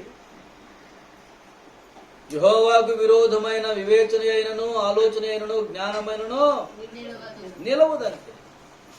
అందుకే దేవునికి విరుద్ధంగా మీరు చేసిన ఆలోచనలతో మీరు నడుస్తుండడం వలన మీ కుటుంబాలలో సమాధానం ఉండదు, సంతోషం ఉండదు, ఆశీర్వాదం ఉండదు, నెమ్మది ఉండదు, ఆదరణ ఉండదు. కానీ మీరేదో పాల పోగేసుకుని ఇది బాబోయ్ దీన్ని కాపాడుకోవాలి, నా చుట్టూ పెద్ద కంచేస్తారు, రూపాయి కంచి. దేనికి? పావలాకి రూపాయి కంచేస్తారు. తెరవతి పావలాకి ఇరిగిపోద్దాం. రూపాయి కంచేసానండి బాబాయ్ నిలబడలేదు. దేనికి? నువ్వు తెచ్చుకున్న పావలాకి. దేవుని ఆశీర్వాదం, యెహోవా ఆశీర్వాదం ఐశ్వర్యం ఇచ్చునని రాయబడింది. దేవుడు నీకు ఆశీర్వాదం ఇచ్చి నువ్వు కంచే ఎక్కర్లా, ఆయనే కంచేస్తాడు. ఎక్కడికి వచ్చి పడాలి అక్కడికి వచ్చి పడతాయి అంతే అవసరానికి. నువ్వు దాచుకుని ఎంతసేపు దాస్తావు? నీకు కొన్ని 100 సార్లు చెప్పాను నీ పాస్టర్ గారిని చూడండి కొంచెం అలాగా అని. ఎప్పుడన్నా పాస్టర్ గారిని తేరు చూసారా? మాకేం చేయాలంటే అలా కొంటాడు ఏమిలాగా కూరలు తింటాడు అనుకుంటున్నారా? మరి ఏమనుకుంటున్నారు? ఎడ చూసారు జరి చూడటం అంటే ఏమండి ఆయన ఏం చేస్తున్నాడో చూసారా? మాకున్న అవసరాలు మీకు తెలియదు, నాకు కూడా మీకున్న పనులన్నీ మీకున్న అవసరాలు నాకు కూడా ఉంటే ఉండవా? నీకుండే పనులు నాకు ఉంటే ఉండవా? నేను కూడా మనిషినైనా కాదు ఎందుకు చెప్పండి. దేవునికి స్తోత్రం. నేను తినాలా తాగాలా, ఇల్లు వాకిలి గుడ్డు కూడా అన్నీ ఉన్నాయా లేదా? అవసరం ఉంటే ఉండవా? నాకు ఎట్ట వస్తున్నాయి అబ్బా? నేను చాలాసార్లు చెప్పాను మీకు, ఒక్క నెల రోజులు నేను ఉన్నట్టు నా అవసరాలన్నీ తీరుస్తూ ఆ కానుకలు మీరే మెయింటైన్ చేయండి అని చెప్పి నాకు వచ్చే ఇంకా మొత్తం మీకు ఎత్తా కుటుంబాన్ని మెయింటైన్ చేయండి, అద్దులు కట్టి అన్నీ చేసుకుని మెయింటైన్ చేయండి. నాకు వచ్చే ఇన్కమ్ మొత్తం నా దగ్గర ఉండి మీరే వసూలు చేసుకోండి. మరి నాకు ఇలా చేతితో రాగా నాకు మీ చేతికి ఇచ్చేస్తాను, మెయింటైన్ చేయాలి అని చెప్పి. డబ్బు తెచ్చుకుంటారు, వారం కూడా చేయలేరు అలా. కానీ ఎలా జరుగుతుంది కదంతా అంటే అది వేరు. లేదా పోనీ మీకంటే అంటే ఎలా చూసుకుంటారు? మరి మా సంగతి ఏంటంటే మీ సంగతి అయినా నా సంగతి అయినా మన అందరం ఒకటే లెక్క, దేవుని లెక్క. దేవునికి స్తోత్రం చెప్పండి. హల్లెలూయా. ఈ విశ్వాసం అనుసరించి నడిచేవాళ్ళు ఉన్నారు, ఈ విశ్వాసం పక్కన పెట్టి నడిచేవాళ్ళు కూడా ఉన్నారు. దైవికమైన విశ్వాసమును పక్కన పెట్టి నడిచేవాడు ఎప్పటికీ దేవుళ్ళు ఆడుకోవడం తప్ప దేవుడిని కనపరచలేదు. దేవుడిని కనపరచాలని కోరుకున్న వాడికి నీ పరిస్థితులు ఎప్పుడు ఎక్కడ ఎలా నీకు సమకూర్చాలో దేవుడికి తెలుసు. దేవుడికి తెలుసు. నేను దాచుకోవాలని చెప్పేసి నువ్వు పావలా తెచ్చుకుని దాని చుట్టూ రూపాయి కంచేస్తే ఆవిరైపోతుంది. నువ్వేదో తెలివితేటలు వచ్చి లెక్కలేస్తా ఉంటావు, నీ లెక్కలన్నీ కూడా పక్కన ఎక్కడ లాగాలి అక్కడ ఆగిపోతూ ఉంటాయి. ఏమండి పావలా దేవుని దగ్గర తీసుకురావడానికి ప్రాణం గిసగిసలు ఆడిపోద్ది, అక్కడ నుంచి 100 రూపాయలు వెళ్ళిపోతాయి. ఇది నేను చెప్పట్లా, మీ అనుభవాలు నేను చెప్పాడండి. మీకు వెళ్తలేదా? మీకు అర్థం కావట్లేదా? నువ్వు దేవుని వద్దకి నీ యొక్క హృదయమును ముందు పట్టుకురా. నేను చెప్తున్నాను, నీ మనస్సాక్షిని పట్టురా, నీ ఆలోచనలు పట్టురా, నీ వ్యక్తిత్వాన్ని పట్టురా. అది ఫెయిల్ అయిన తర్వాత నువ్వు దేవుని దగ్గర నాకు ఏదో కావాలని అడగడం వల్ల ఏం ఉపయోగం నీకు చెప్పు? ఆశీర్వాదం రమ్మంటే ఎట్టొస్తుందని ఉంటున్నావు చేద్దా? నువ్వు వెళ్ళాము సైతాన్ ఇంట్లో కూర్చో, దేవుడు మాత్రం దీవించాలి. నేను ఎలా కుదురుద్ది? ఎలా కుదురుద్ది? సాధ్యమవుతుందా? చేసే పనులను నేను దెయ్య పనులను తిప్పుకునేదేమో దేవుడు. నేను దేవుడే చేసే నాకు అంటాడు. నువ్వేం చేసావు దేవుడికి? దేవుడు చెప్పిన ఒక మాటకు లోపడ్డావా? ప్రతి ఆలోచన దేవునికి విరుద్ధమైన ఆలోచన చేయడమేగా. అదేమంటే తర్వాత చూద్దాం, మాకు తెలుసులే. జాగ్రత్త పడండి. ఏలికలు ఏకీభవించి ఒకవైపున దేవుని సమాజం మీదకి యుద్ధానికి సిద్ధమయ్యారు. కానీ దేవుని సంఘం ఏకీభవించి ఇప్పుడు దేవుణ్ణి కనపరచాల్సిన టైం వచ్చింది. మీరు ఎప్పటికి కూడా ఏక మనసు రాకపోతే ప్రమాదకరమైన పరిస్థితులు ఎదుర్కోవాల్సి వస్తుంది బిడ్డలారా. చూడండి, ఎక్కడ అపోస్తుల కార్యంలో మనం పోయినట్లయితే అక్కడ ఒక కార్యం జరిగింది. వారందరూ దెబ్బకి ఏక మనసుకు వచ్చేసారంట. ఏమండి? అపోస్తుల కార్యం 5వ అధ్యాయంలోకి రండి ఒకసారి.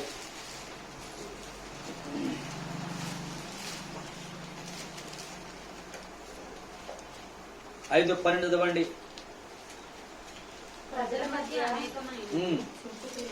అనేకమైన సూచక క్రియలను మహత్కార్యములను అపోస్తుల చేత చేయబడుచుండెను. మరియు వారందరూ ఏక మనస్కులై సొలొమోను మంటపములో ఉండిరి. దేవునికి స్తోత్రం కలుగునుగా. వారందరూ ఏక మనస్కులై సొలొమోను మంటపములోకి వచ్చేసారంట. దానికి ముందు ఏం తెలుసా అండి? దానికి ముందు అననీయ సప్ఫీరా ఏక మనసు కలిగి ఉన్నారు. వాళ్ళిద్దరు ఏక మనసు కలిగి పేతురు గారు వాక్యం విని ఏకాత్మతో ఏక మనసుతో మనం కలిసి మన ఆత్మంతా అమ్మేసి దేవుడికి ఇచ్చేద్దామని అనుకున్నారంట. సర్లే పదానికి పొలం బేరం పెట్టారు, అమ్మేశారు. ఇంటికి వచ్చాక అన్నారంట, మరి ఎంత ఇచ్చేద్దామా అంటే, ఎంత ఎందుకులే ఆయన మాత్రం చేసుకుంటాడు కొంత ఆశ అన్నారు. భార్య భర్తలు ఇద్దరు ఏకీభవించారు. ఎవరితో ఏకీపించిన వాళ్ళు తెలుసా అక్కడ మీకు? చూడండి, అక్కడ అంటాడు పేతురు భక్తుడు ఏమండి,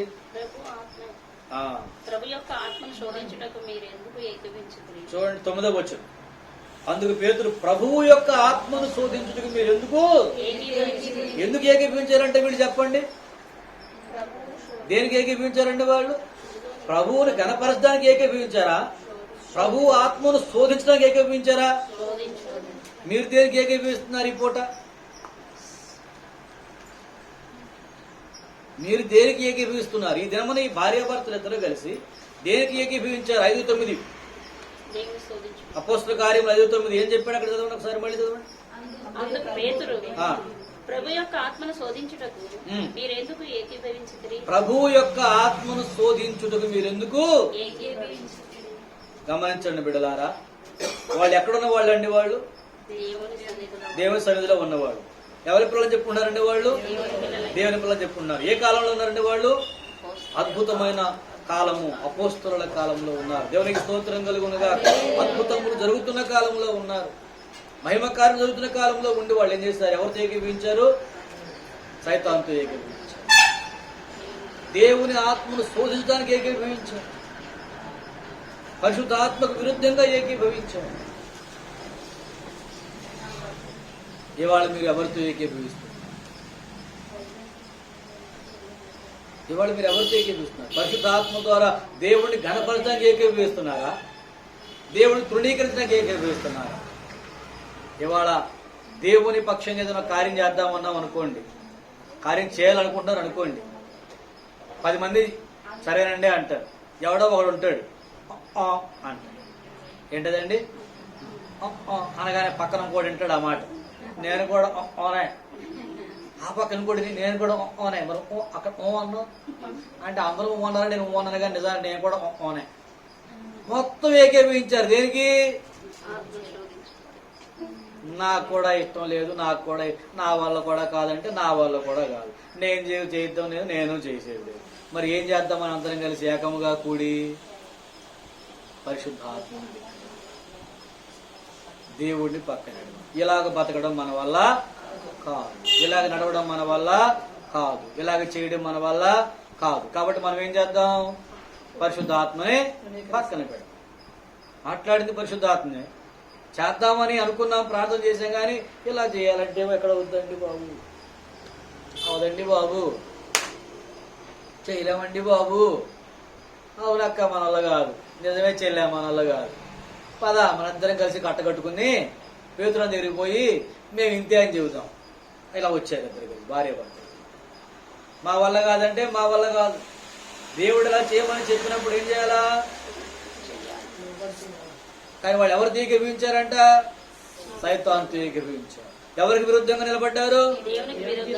పరిశుద్ధాత్మ విరుద్ధంగా. ఏం జరిగింది తర్వాత? ఇద్దరు పడి చచ్చిపోయారు. అప్పుడు ఏకమనసు వచ్చింది సంఘానికి. దేవునికి స్తోత్రం చెప్పండి. అప్పటిదాకా రాదేమో అనిపిస్తుంది ఇప్పుడు కూడా నాకు. అప్పటి కాలం వస్తే గానీ ఇప్పుడు మళ్ళీ ఏకమనసు రాదేమో, అంతేనంటారా? ఇలా అబద్ధం మాట్లాడిన అంతా టపడపలు వేసిపోతూ ఉంటే ఎట్లుండదంటావు? మామూలుగా చెప్తున్నానండి నేను. మామూలుగా మా వల్ల కాదు, మేము చేయలేము అనే వాళ్ళు ఉండరు సరే బ్యాచ్ అంటూ ఉండగా టపా టపా టపా టపా పెట్టలాగా లేచిపోతుండాలి. ఈ ప్రార్థన చేయండి, అందరూ కలిసి ఏకీభవించి అననీయ సత్పీరాల లాంటి కాలం రావాలి ప్రభువా అని ప్రార్థన చేయండి. అప్పుడు ప్రభు కార్యాలు జరుగుతాయి. ఎందుకంటే మేము చేస్తామని ముందుకు రావడం, తుస్సుమనే జరగకపోవడం. అలాగా మనం ఏదో గొప్ప దేవుడిని కనపరుతాం, గొప్ప చేస్తాం, అలాగే ఇలాగని బేరాలు పోతా తీరా పోతే వెనక్కి వచ్చేసి దేవుని పనిలో కనబడదు. మీ మనసాక్షిని బట్టి ఒకసారి మీరు పరీక్షించుకోండి. గత సంవత్సరములో మీరు తీసుకున్న తీర్మానాలు, నిర్ణయాలు ఈరోజు పనిచేస్తున్నారు. ఒక్క ఆత్మ కన్నా స్వచ్ఛందంగా సువార్త ప్రకటించి, సత్యం ప్రకటించి, సత్యం కోసం నిలబడేలాగా మీరు చేయగలిగారా? కనీసం మీ ఆత్మనన్నా మీరు క్షమాపణతో ఉంచుకోగలిగారా? బేరాలు పోవడం కాదు, నిలబడి నడవాలి, పని చెయ్యాలి. యెహోవా చిత్తమును జరిగించు ఆయన సైనికుల, ఆయన దూతలారా, ఏకముగా కూడి ఆయనను ఘనపరచండి అంటున్నాడు. దేవునికి స్తోత్రం కలుగును. ఆయనను సన్నుతించండి అని అడుగుతున్నాడు. అక్కడ మనమందరము ఏకముగా కూడి ఆయన నామమును గొప్ప చేద్దాం రమ్మని పిలుపు వచ్చింది. అపోస్తుల కాలంలో సంఘము ఏక మనసు కలిగి వచ్చింది. వారందరూ ఏలికలు ఏకీభవించి వీళ్ళని పిలిచారంట, ఈ సత్యం మీరు ప్రకటించడానికి వీలు లేదు. చూడండి, అదే పక్క అధ్యాయం 4వ అధ్యాయంలో, అపోస్తుల కార్యం 4వ అధ్యాయంలో చూడండి ఒకసారి రండి. 25-26 చదవండి. 25-26. అన్యజనులు ఎలా అల్లరి చేసిరి, ప్రజలెందుకు వ్యర్థమైన ఆలోచనలు పెట్టుకొనిరి. ప్రభువు మీదను ఆయన క్రీస్తు మీదను భూరాజులు లేచిరి, అధికారులు ఏకముగా కూడుకొనిరి అని నీవు పరిశుద్ధాత్మ ద్వారా మా తండ్రియు నీ సేవకునైన దావీదు నోట పలికించు. ఏవి జరగవలనని నీ హస్తముని సంకల్పమును ముందు నిర్ణయించెను, వాటిలన్నింటినీ చేయుటకే నీవు అభిషేకించిన ఈ పరిశుద్ధ సేవకుడైన యేసునకు విరోధముగా ఏ రోజును పొంతి పిలాతును అన్ని జనులతోనూ ఇశ్రాయేలు ప్రజలతోనూ ఈ పట్టణమందు నిజముగా కూడుకొనిరి. ప్రభువా, ఈ సమయమందు వారి బెదిరింపులు చూచి రోగులను స్వస్థపరచుటకు నీ పరిశుద్ధ సేవకుడైన యేసు నామము ద్వారా నీ చేయి చాచి ఉండగా నీ దాసులు బహుధైర్యంగా నీ వాక్యమును బోధించినట్లు అనుగ్రహించు. వారు ప్రార్థన చేయగానే వారు కూడి ఉన్న చోటు కంపించెను. దేవునికి స్తోత్రం. అప్పుడు వారందరూ పరిశుద్ధాత్మతో నిండిన వారే దేవుని వాక్యమును ధైర్యముగా విశ్వసించిన వారందరూ ఏక హృదయమును ఏక ఆత్మయు కలిగి ఉండిరి. దేవునికి స్తోత్రం. ఇవాళ విశ్వసించిన వాళ్ళందరికీ ఒకే ఆత్మ ఉందా ఇక్కడ? ఒకే మనసు ఉందా ఇక్కడ? ఏమండి, ఎవరి గోల ఆడదే, ఎవరి బాధ ఆడదే. ఒకవేళ ఎవడన్నా పొరపాటు ముందుకు వచ్చాడు కాళ్ళని కింద కూర్చోబెట్టడమే మనం. వాళ్ళకి సహకరించడం సరికదా ఏంటి? ఇలా చేస్తే ఎలాగా? నాలుగు చూసుకోవా, నాలుగు దిక్కులు చూసుకోవా, వెనక ముందు చూసుకోవా, ఏం చేయాలప్పుడు చూసుకుని అంటే నీకులాగా మట్టి కొట్టుకుపోవాలి, దేవుని పనికి పని రాకుండా పోవాలి, దేవుని చెప్తున్న సంబంధం లేకుండా పోవాలి. అంతేనా?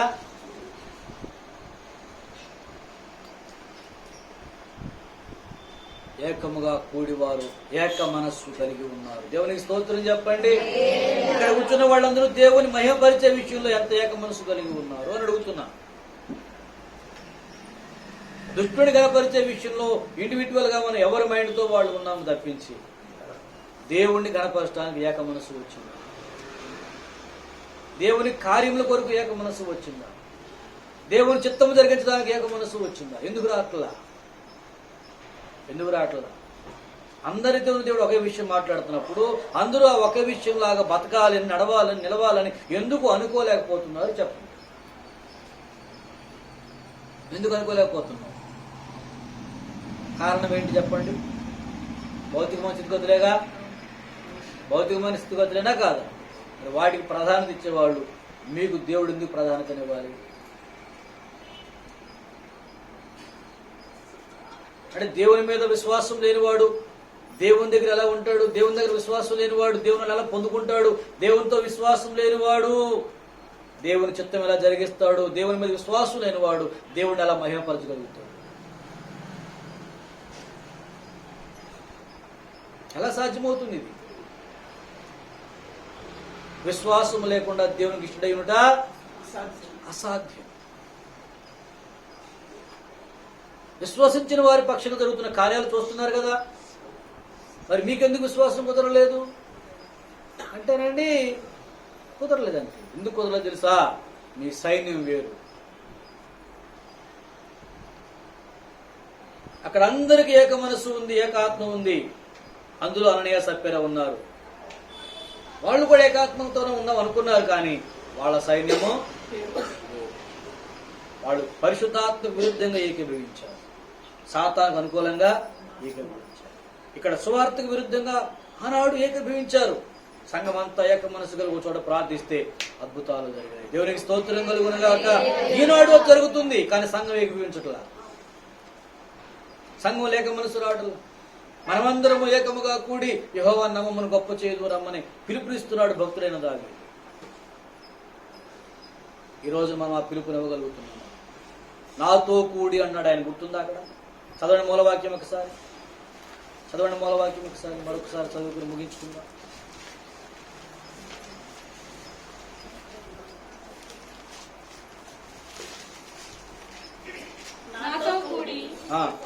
యెహోవాను కనపరచుడి. నాతో కూడి యెహోవాను కనపరచుడి. మనం ఏకముగా కూడి ఆయన నామమును గొప్ప చేయుదము. ఆయన నామమును గొప్ప చేయుదము. దేవునికి స్తోత్రం కలుగునుగాక. హల్లెలూయా. ఏకముగా కూడా ఆయన నామాన్ని గొప్ప చేద్దామని పిలుపునిస్తుంటే ఎంతమంది నేనున్నా నీతో కూడా కలిసి ఇప్పుడు ఏకీభవిస్తున్నాను, మనము కలిసి యెహోవాను గొప్ప చేద్దామని మీలో చెప్పగలరు? నేను నిలబడుతున్నాను, నాతో కలిసి మీరు రండి అంటున్నాడు ఇక్కడ భక్తుడు. నేను నిలబడ్డాను రమ్మని అపోస్తలుడు చెప్పారు, నేను నిలబడ్డాను రమ్మని దైవజనుడు చెప్తున్నాడు. ఇవాళ ఎంతమంది మీరు నేను నీతో ఉన్నాను, మనం కూడి యెహోవా నామాన్ని గొప్ప చేద్దామని చెప్తున్నాను. మనము కూడి యెహోవా నామాన్ని గొప్ప చేద్దామని ఎంతమంది సేవకుల పక్షంగా ఉన్నారు? విశ్వాసులు ఒకరితో ఒకరు కలిసినప్పుడు మనం కలిసి దేవుడిని గొప్ప చేద్దామని ఎంతమంది అనుకుంటున్నారు? ఎంతమంది అనుకుంటున్నారు? నేను దేవుడిని గొప్ప చేద్దాం అనుకుంటున్నానని ఎంతమంది ఉన్నారు? ఎవరికి వాళ్ళు గొప్ప చేసుకుందామని చూసుకునేవాళ్ళు తప్ప దేవుణ్ణి నేను గొప్ప చేయాలని చూసేవాళ్ళు ఎంతమంది ఉన్నారు? వాళ్ళు దేవుని సైన్యంలో ఎంతమంది ఉన్నారు ఇక్కడ? అంటే మనకెందుకు లేదని ఎవడికాడు పక్కకు దారులు పోతావు అంటే మిమ్మల్ని దేవుడు గొప్ప చేయాలా? మిమ్మల్ని ఎలా దేవుడు గొప్ప చేయాలా? మిమ్మల్ని ఎలా దేవుడు మహిమపరచాలా? మీ ద్వారా దేవుడికి మహిమ ఎప్పుడు వస్తుంది? ఎలా వస్తుంది? మీ ఎడల దేవుని యొక్క చిత్తం ఎప్పుడు నెరవేరుతుంది? ఎప్పుడు నెరవేరుతుంది? నేను బతుకున్న కాలం నెరవేరుద్దా? ఇదే జీవితాన్ని కంటిన్యూ చేస్తే నీ బతుకు కాలంలో దేవుని చిత్తం నెరవేర్చగలవా? వాక్యాన్ని వద్దకు వచ్చి రాగానే తిరస్కరిస్తున్నావు, తృణీకరిస్తున్నావు, పక్కన పెడుతున్నావు, చూద్దాం అంటున్నావు, సైతాన్ని ఏకీపిస్తున్నావు, పరిశుద్ధాత్మ గురించి ఏకీపిస్తున్నావు. నువ్వు ఎప్పటికి మరి దేవుని ఆత్మతో నింపబడతావు? ఎప్పుడు దేవుని ఆత్మానుసారంగా నువ్వు ఆలోచిస్తావు? ఎప్పుడు పరిశుద్ధాత్మను రేపుతున్న కొద్దీ నువ్వు దేవుని కార్యముల కొరకు సిద్ధపడతావు?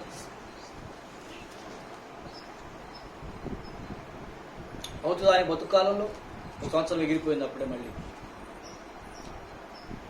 అవుతుందా నీ బతుకు కాలంలో, నీ ఆయుష్ కాలంలో? దేవుడిని నేను గొప్ప చేస్తున్నానని చెప్పుకునే సాక్ష్యము నీ బతుకులకు ఎప్పుడు వస్తుంది? దానికి నీ భౌతిక స్థితిగతులతో సంబంధం లేదని చెప్తున్నాను అనుకుంటున్నాను. వాటిని దృష్టిలో పెట్టుకుని దేవుని దగ్గర నడిచేవాడు దేవునికి పనికిరాడు. భౌతిక స్థితిగతులతో సంబంధం లేదు నీ ఆత్మను మార్చుకోవడానికి, నీ వ్యక్తిత్వాన్ని మార్చుకోవడానికి, నీ స్వభావాన్ని మార్చుకోవడానికి, నువ్వు దేవునికి అనుకూలంగా బతకడానికి, దేవుని చిత్తము జరిగించడానికి నీ భౌతిక స్థితిగతులతో సంబంధం. ఎందుకంటే నీ భౌతిక స్థితిగతుల మీద ఆయన డిపెండ్ అయి లేడు, నీ వ్యక్తిత్వం మీద డిపెండ్ అయి ఉన్నాడు, నీ విశ్వాసం మీద డిపెండ్ అయి ఉన్నాడు. నీ విశ్వాసం బట్టి ఆయన కార్యం చేసేవాడు తప్పించి నువ్వు గొప్పదానివో పేదదానివో అని దాన్ని బట్టి కాదు. పేదవాడికైనా విశ్వాసం లేకపోతే కార్యం జరగదు, ధనవంతుడికైనా విశ్వాసం ఉంటే అద్భుతం జరిగింది.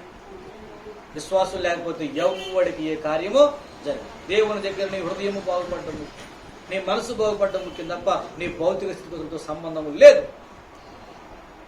కానీ నువ్వు నీ భౌతిక స్థితిగతుల మీద డిపెండ్ అయి దేవుడిని కనపరచాలని చూస్తున్నావు. ఇది మన ఫెయిల్యూర్కి కారణం. ఇది మన ఫెయిల్యూర్కి కారణం.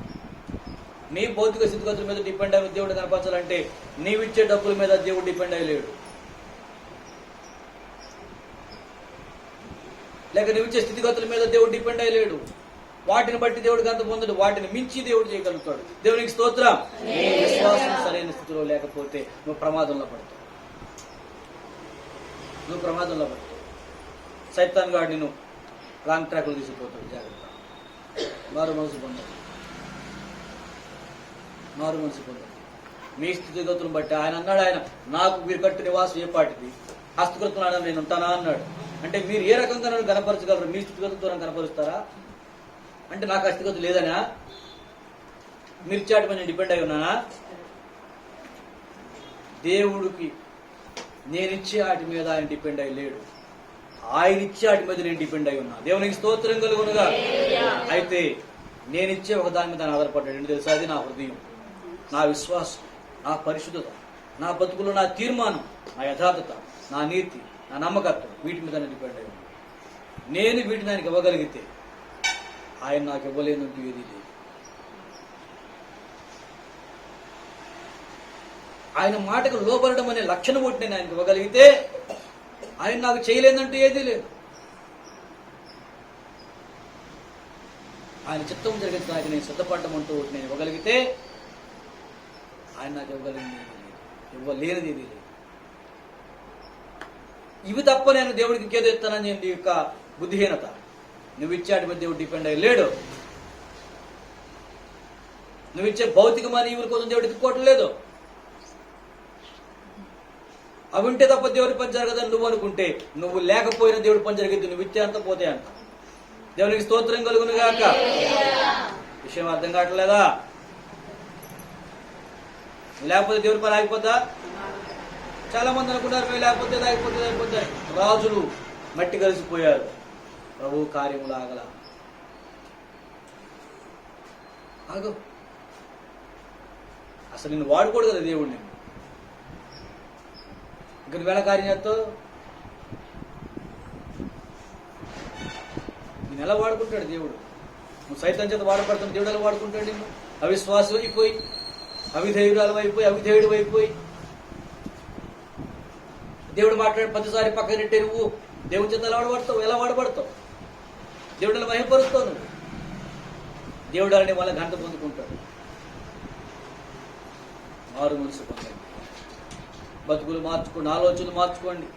ఒక పక్కన లోకమంతా ఏకీభవించి దేవుని కార్యములను అడ్డగించాలని చూస్తూ ఉంటే, నేను దేవుని బిడ్డనని చెప్పుకుని నువ్వు కూడా వాళ్ళతో ఏకీభవిస్తావా?